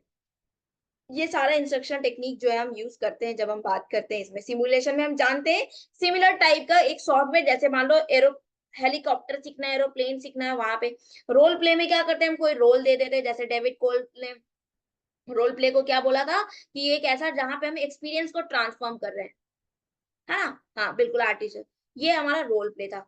ये सारा फिर हमारा ग्रुप लर्निंग टेक्निक, जैसे ट्यूटोरियल, सेमिनार, ग्रुप डिस्कशन, ये सब हमारा क्या है, group learning technique, group learning technique है। देन आते हैं हमारा करिकुलम इवैल्यूएशन। करिकुलम इवैल्यूएशन की बात करेंगे तो दो अप्रोच है इवैल्यूएशन का, एक साइंटिफिक आइडियल अप्रोच, एक ह्यूमनिस्टिक आइडियल अप्रोच। एग्जाम में आया था साइंटिफिक जो एक्सपेरिमेंटेशन को एक्सेप्ट करेगी, और ह्यूमनिस्टिक जो अनएक्सेप्टेबल नेचुरलिस्टिक, है ना। उसके अलावा और भी तरीके, इंट्रिंसिक जब हम एसेस करो ओवरऑल क्वालिटी क्या है करिकुलम का, और पे ऑफ हम क्या देख रहे हैं जब हम देख रहे हैं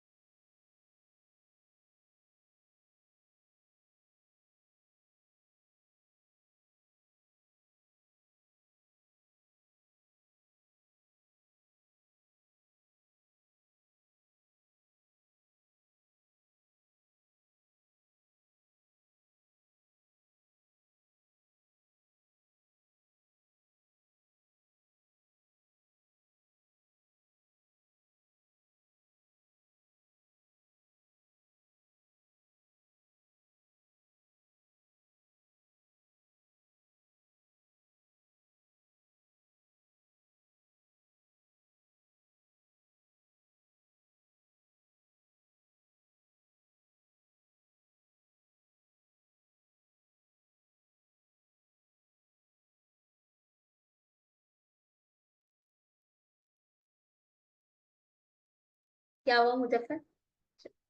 तो ये हमारा इंट्रिंसिक अप्रोच जो है वो एसेस करता है ओवरऑल क्वालिटी हमारा करिकुलम का क्या है, और पे ऑफ अप्रोच जो है वो बोल रहा है effect of the delivered curriculum are examine and its worth has been establish. इसका वर्थ क्या है, एस्टैब्लिश हो रहा है, ये चीज हमारा बोल रहा है इंट्रिंसिक और पे ऑफ अप्रोच। इंट्रिंसिक और पे ऑफ अप्रोच की हम बात करते हैं, है ना, ये चीज। अब करिकुलम अप्रोच दो तरीके का, टेक्निकल और नॉन टेक्निकल। टेक्निकल कौन सा, जो सिस्टमैटिक और रेशनल है, और नॉन टेक्निकल कौन सा, जो नॉन सिस्टमैटिक और नॉन रेशनल है। जो नॉन सिस्टमैटिक और नॉन रेशनल है ना। टेक्निकल कौन सा, जिसमें ऑब्जेक्टिविटी, यूनिवर्सलिटी और लॉजिक ये एग्जाम में आया हुआ है, लेकिन नॉन टेक्निकल में सब्जेक्टिव, क्योंकि क्या है, नॉन साइंटिफिक मॉडल है, यानी अलग अलग तरीके से हमारा पर्सनल, एस्थेटिक, है ना, ह्यूरिस्टिक, ये सारा की पॉइंट। यहाँ फोकस किस चीज पे होगा, सिंबॉलिक फॉर्म में, क्योंकि चीजें फिक्स्ड है, जहाँ सबके लिए सेम जैसे होगी, लेकिन यहाँ पे आउटपुट ऑफ प्रोडक्शन पे नहीं देख सकते। यहाँ एम ऑफ एजुकेशन पहले से होगा, लेकिन यहाँ नोन नहीं है, क्योंकि ये क्या है, सब्जेक्टिव है, सबके लिए अलग अलग हो सकता है। इसीलिए टॉप डाउन अप्रोच की बात करता है, और ये ग्रास रूट अप्रोच जहां ह्यूमन को कंसीडर किया जाता है, जैसे हिल्डा टाबा का मॉडल यहाँ आ सकता है। ये हॉलिस्टिक होता है, ये डिस्क्रीट होता है, ये प्रॉब्लम सेंटर्ड होता है, ये चाइल्ड सेंट्रिक मेथड होता है। ये लॉजिकल और पॉजिटिविस्टिक होता है, और ये knowing of AIIMS and goal of education जो है हमारा वो होता है। ये हमारा होता है टेक्निकल और साइंटिफिक मॉडल्स। टेक्निकल और साइंटिफिक मॉडल्स में नेक्स्ट आते हैं करिकुलम अप्रोचेज। करिकुलम अप्रोचेज की बात करें तो हमारा कौन कौन सा, behavioural approach, managerial approach, system, academic, reconceptualist और ह्यूमनिस्टिक अप्रोच। ये सारे हमारे डिफरेंट डिफरेंट अप्रोचेज हैं। जब हम बोल रहे हैं सबसे पहला अप्रोच हमारा, जब बात करेंगे तो सबसे पहला अप्रोच हमारा यहाँ पर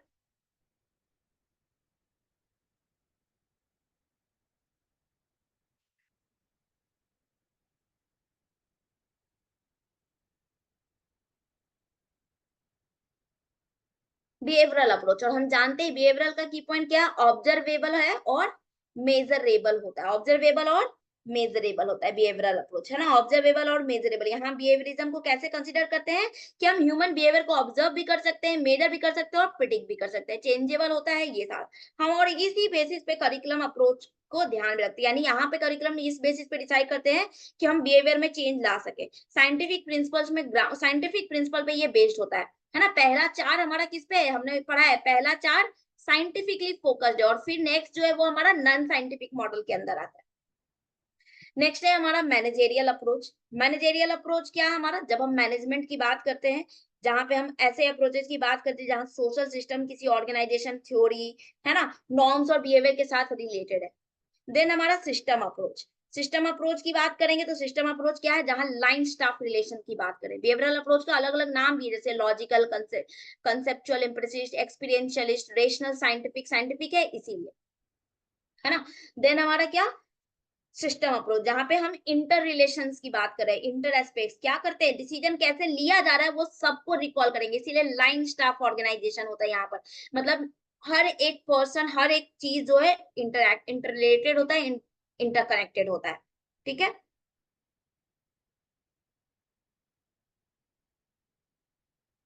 देन है हमारा अकेडमिक अप्रोच, जहां पे हम किस चीज की बात करते हैं, ट्रेडिशनल और करिकुलम सेंटर्ड या नॉलेज ओरिएंटेड अप्रोच की बात करते हैं। ये ट्रेडिशनल होता है, ये हमारा क्या है, सिनॉप्टिक होता है, नॉलेज बेस्ड, इन सब पे बेस्ड होता है हमारा अकेडमिक अप्रोच। देन है हमारा ह्यूमनिस्टिक अप्रोच, ये किस पे, ये चाइल्ड सेंटर्ड फोकस है, ये प्रोग्रेसिव फिलोसफी और ये नॉन टेक्निकल अप्रोच के अंदर आता है। इसीलिए यहाँ cooperative learning, small group learning, competitive teacher dominated learning, ये सब इसके अंदर होता है। एंड देन रिकंसेप्चुअलिस्ट अप्रोच, जो कि पोस्ट मॉडर्न अप्रोच की बात करता है, और उसके अंदर हमारा क्या नाम ही है, रिकंसेप्चुअलिस्ट, यानी ये क्या कर रहा है, पोस्ट मॉडर्निज्म चेंज किसके साथ कंसर्न है, ये चेंज और रिफॉर्म के साथ कंसर्न है। ये रीडिजाइन करेगा करिकुलम को, ये हमारे फोकल पॉइंट को चेंज करते रहेगा, ये सारा काम ये करता है, रीसेप करेगा, ये सारा पॉइंट ये रिकंस्ट्रक्टिविस्ट अप्रोच या पोस्ट मॉडर्न अप्रोच का है, पोस्ट मॉडर्न अप्रोच का है।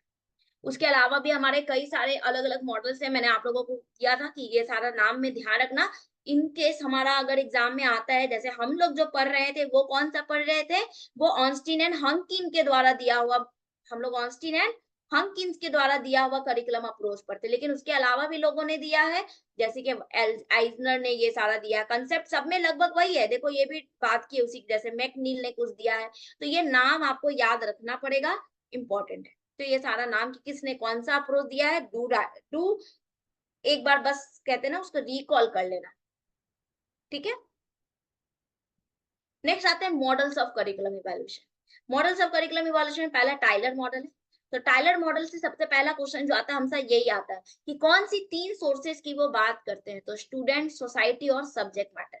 स्टूडेंट, सोसाइटी और सब्जेक्ट मैटर की वो बात करते हैं, ये तीन रिस्पेक्ट में। और इसी तीन रिस्पेक्ट पे वो क्वेश्चंस पूछते हैं जिनका ओएसओई होता है। और क्वेश्चन क्या होता है उनका, क्वेश्चन इंपॉर्टेंट है, क्या क्वेश्चन पूछते हैं वो, चार क्वेश्चन। व्हाट एजुकेशनल पर्पसेस, इसीलिए देखो what educational purposes, what educational experiences, कौन सा एजुकेशनल एक्सपीरियंसेस, हाउ एजुकेशनल, ये कैसे, इस एजुकेशनल एक्सपीरियंस कैसे ऑर्गेनाइज करेंगे, and then how can we determine the purpose are being attentive, कैसे हम डिटरमाइन करेंगे कि वो चीज मेरा अटेंड हुआ है कि नहीं। यानी WH क्वेश्चन ये पूछते हैं, 2 W 2 हाउ क्वेश्चन, और एग्जाम में दो दो बार आ चुका है, व्हाट हाउ हाउ। ठीक है, ये चीज टाइलर की।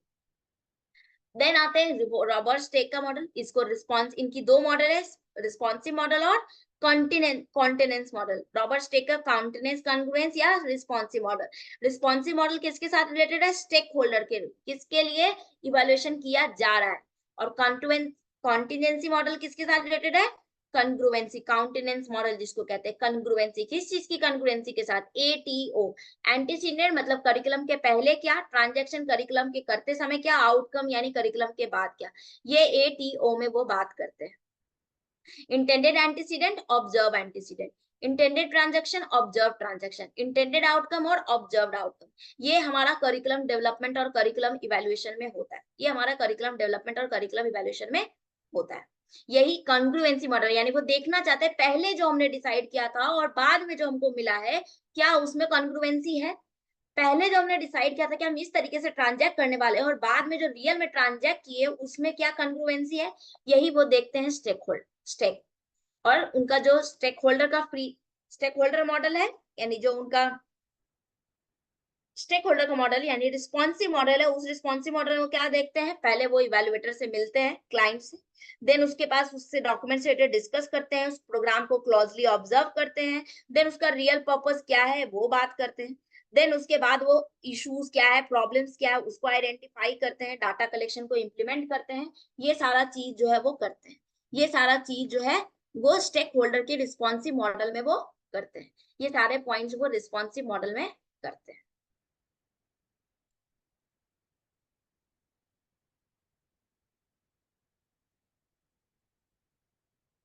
देन स्क्राइबन का गोल फ्री मॉडल, ये क्या है, गोल फ्री इवैल्यूएशन मॉडल है, किसने, माइकल स्क्राइबन है। यही सबसे हमेशा क्वेश्चन पूछता है, ये सबसे पहले थे जिन्होंने क्वेश्चन किया कि क्या गोल जरूरी है, क्योंकि इनका कहना था कि अगर गोल नहीं होगा तो हम अनइंटेंडेड इफेक्ट्स भी सामने ला सकते हैं। ये उन्होंने अटेंशन लाया इवैल्यूएटर और एजुकेटर्स का, एडमिनिस्ट्रेटर्स का, कि अनइंटेंडेड इफेक्ट का कितना इंपॉर्टेंस है, और इसीलिए उन्होंने कहा कि इस गोल फ्री इवैल्यूएशन को हम सप्लीमेंट कर सकते हैं किसी गोल बेस्ड इवैल्यूएशन को। मतलब हम इसको अकेला किसी मॉडल की तरह यूज नहीं कर सकते, लेकिन हाँ, अगर मेरे पास कोई गोल बेस्ड काम है उसमें हम इसका यूज कर सकते हैं कि उस गोल बेस के साथ साथ जो बिना, ऐसे जिनका कोई गोल नहीं है, जो कोई गोल में नहीं आता, हम उनको भी ऑब्जर्व कर सके, हम उनको भी ऑब्जर्व कर सके। ये स्क्राइबन जो है गोल फ्री मॉडल की बात करते हैं, ये स्क्राइबन जो है गोल फ्री मॉडल की बात करते हैं।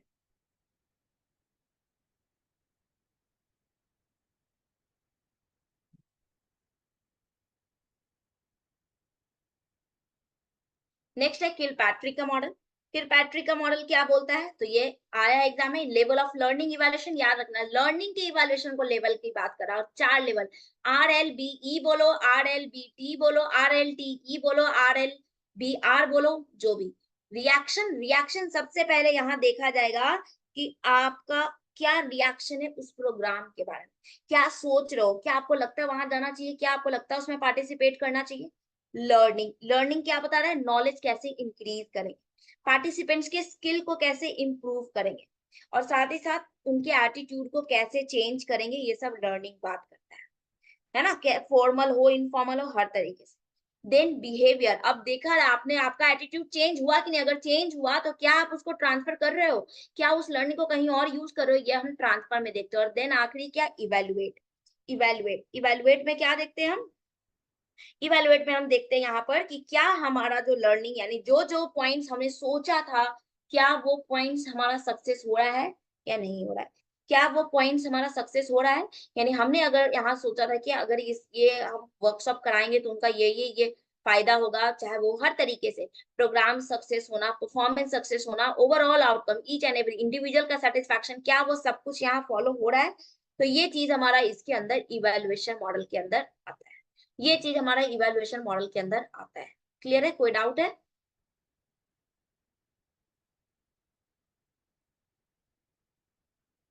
कोई डाउट है तो बोलो।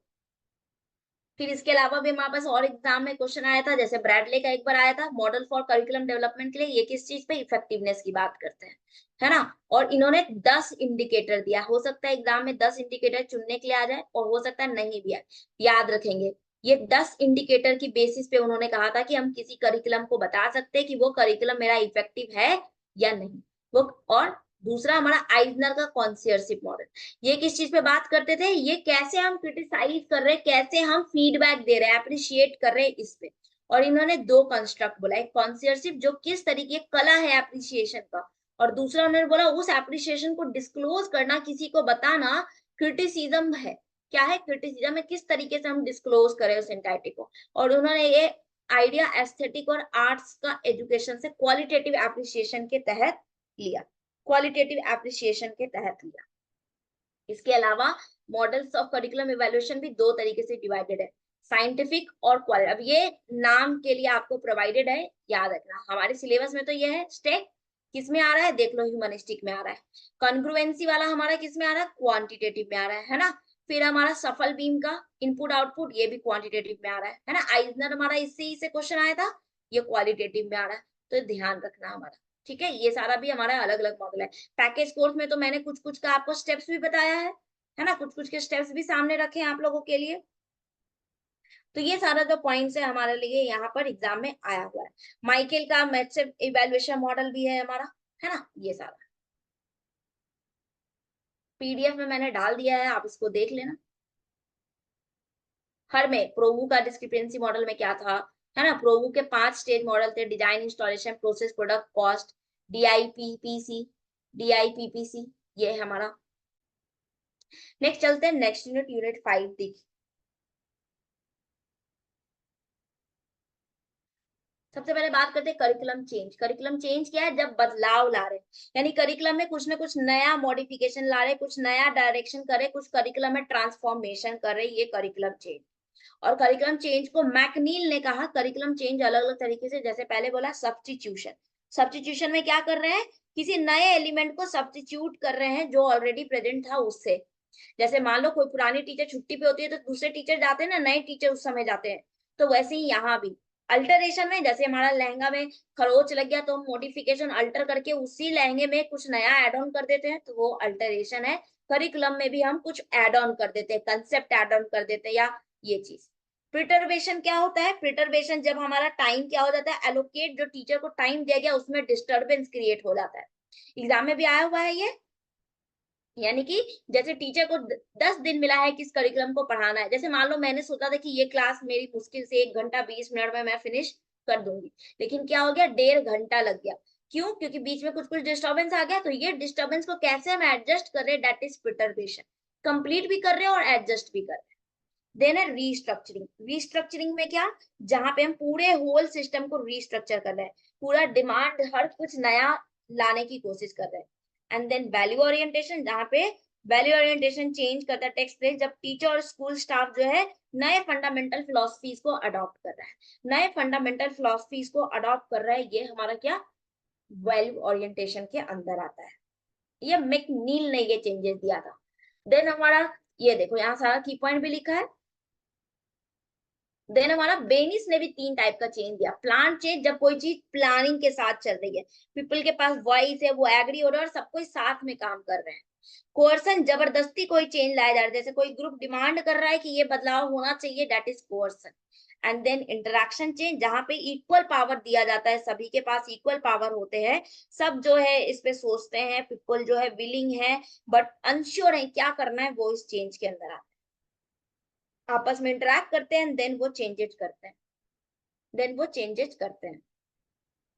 एक और चेंज है, याद रखना, रॉबर्ट चीन के द्वारा। रॉबर्ट चीन के द्वारा। कौन सा? इंपेरिकल रेशनल चेंज, जो एक्सपीरियंस की बेसिस पे चेंजेस कर रहे हैं, अपने एक्सपीरियंस को भी ध्यान रख रहे हैं और दिमाग भी लगा रहे हैं। दूसरा, नॉर्मेटिव री एडुकेटिव चेंज। नॉर्मेटिव री एडुकेटिव चेंज क्या है?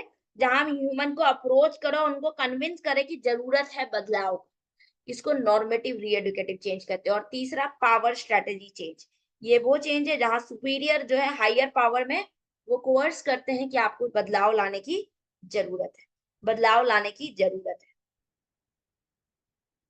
अब फैक्टर इससे हमेशा एग्जाम में आता है, कौन कौन से फैक्टर है? तो पॉलिटिकल फैक्टर, पॉलिटिक्स, जैसे पॉलिटिकल फैक्टर की वजह से एनईपी 20 में चीजें आई। इकोनॉमिक फैक्टर, क्या क्या इकोनॉमी हमारे पास, हम कितना सब, मान लो एनईपी 20 50 चीज बोल दे, लेकिन हमारे लिए इकोनॉमिक भी तो डिपेंड करेगा ना, वो इकोनॉमी हर जगह पॉसिबल है कि नहीं। टेक्नोलॉजिकल एस्पेक्ट क्या है, सोशियो कल्चर कंटेक्स्ट क्या है, नेशन की प्रायोरिटी क्या है, स्टेक होल्डर का नीड क्या है, लर्निंग थ्योरी, इन सब पे हमारा करिकुलम इफेक्ट जो है चेंज करता है। इन सब पे हमारा करिकुलम इफेक्ट जो है चेंज डिपेंड करता है। देन हमारा principle of the process of implementing a new curriculum, जहां नए करिकुलम नेसेसरी है कि नहीं, चेंज प्रोसेस को समझना, capacity building, culture learning, culture evaluation, ये सारा। सबसे ज्यादा इंपॉर्टेंट करिकुलम चेंज में यही एक क्वेश्चन आया है हमारा, एक ये वाला फैक्टर और दूसरा हमारा ये चेंज, ये चेंज, बस। तो ये हमारे स्टेप्स हैं। स्टेप्स में पहले तो हम देखेंगे अभी क्या चल रहा है, उसमें कहाँ गड़बड़ी है उसको री एग्जामिन करेंगे, तब डाटा इकट्ठा करेंगे, तब हम और नया नया आइडिया लाएंगे कि कैसे इसको बदलें, एंड देन फाइनली फॉर्मुलेट करेंगे, उस मॉडल को रिफॉर्म करेंगे, उस मॉडल को रिफॉर्म करेंगे। यानी हम इस तरीके से चेंज मॉडल में चेंजेस ला सकते हैं, चेंजेस ला सकते हैं। नेक्स्ट आते हैं अप्रोचेज ऑफ करिकुलम डिजाइन, एक तीसरा क्वेश्चन जो इस यूनिट से आया है।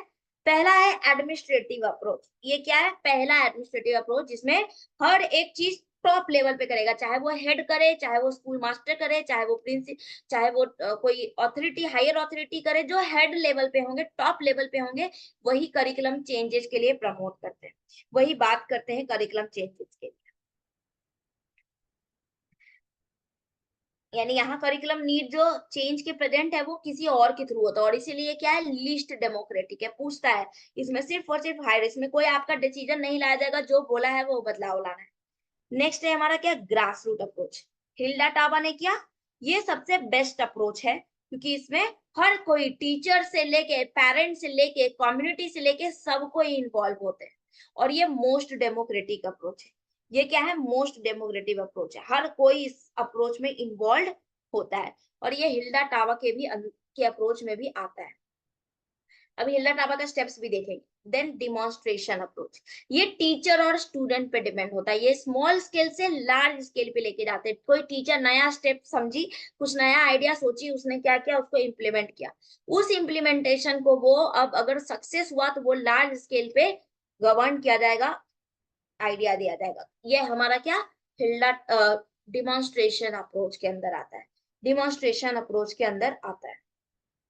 और ये जैसे मान लो टाइलर ने कोई डेवलप किया कंसेप्ट, और वो चीज अगर लार्जर लेवल पे हुआ तो वो, हाँ, डिस्ट्रिक्ट टू स्टेट लेवल हम जब ट्रांसफर किए तब। नेक्स्ट है हिल्डा टावा। हिल्डा टावा का क्या डिफरेंस है? तो जैसे टाइलर का OSOE था ना, वैसे ही हिल्डा टावा का 7 स्टेप है, बस वो बीच में, ये टाइलर में एक्सपीरियंस नहीं था, हिल्डा टावा बीच में कंटेंट और स्टार्टिंग में एनालिसिस जोड़ दिए। तो देखो, diagnosis, objective, content, organisational chart, experiences, organisation और इवेल्युएशन, ये हिल्डा टाबा ने किया, ये हिल्डा टाबा ने किया। क्लियर है? कोई डाउट? कोई डाउट है इसमें? इंपॉर्टेंट है, ध्यान रखना। And then why curriculum changes are important? Advancement of knowledge, progression of technology, changing needs, reconstruct curriculum according to teaching methods, globalization, curriculum research, ये सारा हमारा क्या है, करिकुलम चेंजेस, इनकी वजह से इंपॉर्टेंट है। चीजें बदल रही हैं, टेक्नोलॉजी प्रोग्रेस कर रहा है, लर्नर की एबिलिटी बदल रही है, उनका नीड बदल रहा है, करिकुलम के टीचिंग मेथड चेंज हो रहे हैं, ग्लोबलाइज हो रहा है, और इन सब की वजह से हमारे पास करिकुलम चेंज इंपॉर्टेंट है। इन सब की वजह से करिकुलम चेंजेस क्या है, इंपॉर्टेंट। क्लियर है? कोई डाउट?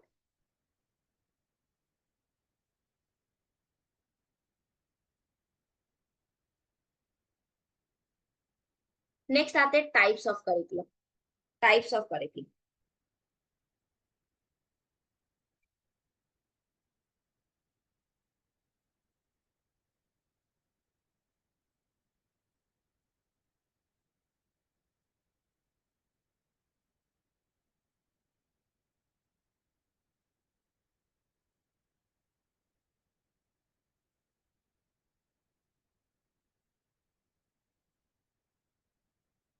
सबसे पहला ओवर्ट, एक्सप्लिसिट और रिटेन करिकुलम। नाम ही से पता चल रहा है ये डायरेक्ट लिखा होगा क्या क्या क्या करना है। नेक्स्ट है सोसाइटल करिकुलम, जो कि किस पे, की पॉइंट बोलते जाओ, सोसाइटी पे बेस्ड है, सोशल करिकुलम। देन है हिडन करिकुलम, ये क्या है, वो करिकुलम जो छुपा हुआ है, जिसको हम डायरेक्टली नहीं पढ़ा रहे। जैसे मान लो पंक्चुअलिटी, ये हमारे सिलेबस में मेंटेन नहीं है लेकिन हम पढ़ ले रहे हैं। पंक्चुअलिटी, टीचर का पोलाइटनेस, टीचर का जो है बिहेवियर, ये सब हम सीख रहे हैं। पढ़ाने के लिए नहीं लिखा है लेकिन हम डायरेक्ट इनडायरेक्टली सीख रहे हैं, हिडन करिकुलम है। नेक्स्ट है नल, ये चार करिकुलम इंपॉर्टेंट है। नेक्स्ट है नल करिकुलम। नल करिकुलम क्या, जो कहता है, आइजनर कहते हैं जो चीज उतना ही इंपॉर्टेंट है, जो छुपा हुआ होना चाहिए जितना इंपॉर्टेंट है जो चीज सामने आ, यानी जो चीज सामने आना जितना इंपॉर्टेंट है उतना ही इंपॉर्टेंट है कोई चीज छुपा हुआ क्या है, वो चीज। कोई चीज छुपा हुआ है वो चीज हमारा।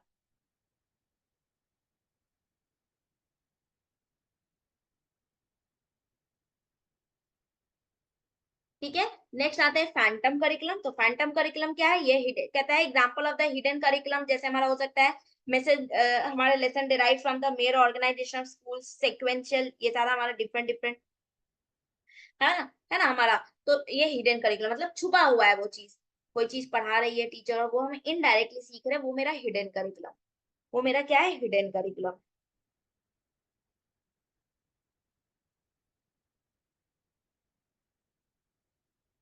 देन है फैंटम करिकुलम। फैंटम करिकुलम जो किस पे बेस्ड है, मीडिया पे बेस्ड है। किस पे, media, exposure to any type of media. आप कई बार मीडिया से culturation, a culturation, in culturation सीखते हो ना, हम मीडिया से अपना कल्चर सीखते हैं या दूसरे का कल्चर सीखते हैं, तो ये फैंटम करिकुलम है। एक मिनट, नहीं यार।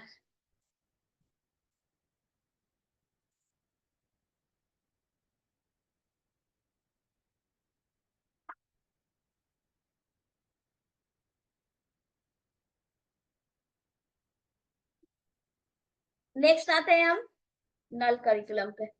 नल करिकुलम कर लिए, कॉन्कोमिटेंट करिकुलम पे। कॉन्कोमिटेंट करिकुलम वो सारे करिकुलम जो हम होम से, जो एक्सपीरियंस है, जो फैमिली के द्वारा सैंक्शन होता है, वो कॉन्कोमिटेंट करिकुलम।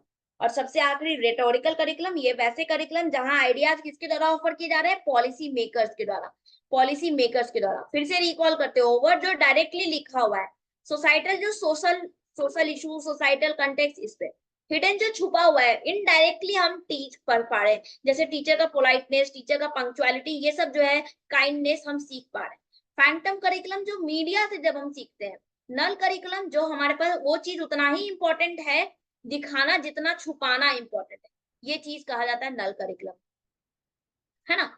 हाँ बिल्कुल, जैसे सेक्स एजुकेशन वगैरह है, वो सब चीज कई बार हमारी नल करिकुलम में इंक्लूडेड हो जाती है। जबकि अब तो आगे आ गया है सामने, अब आते हैं कन्फर्मेटिव, कोई कोई ऐसा कंट्रोवर्सीज वाला जो कंसेप्ट है, उन सबको हटाने के लिए, जैसे कई वाले कई ऐसे कंसेप्ट हैं जो जेंडर रिलेटेड एजुकेशन की, दो ही जेंडर की बात कर रहे हैं या फिर हम इस तरीके का, तो वो सब हटाने के लिए, है ना, कंट्रोवर्सी ना हो।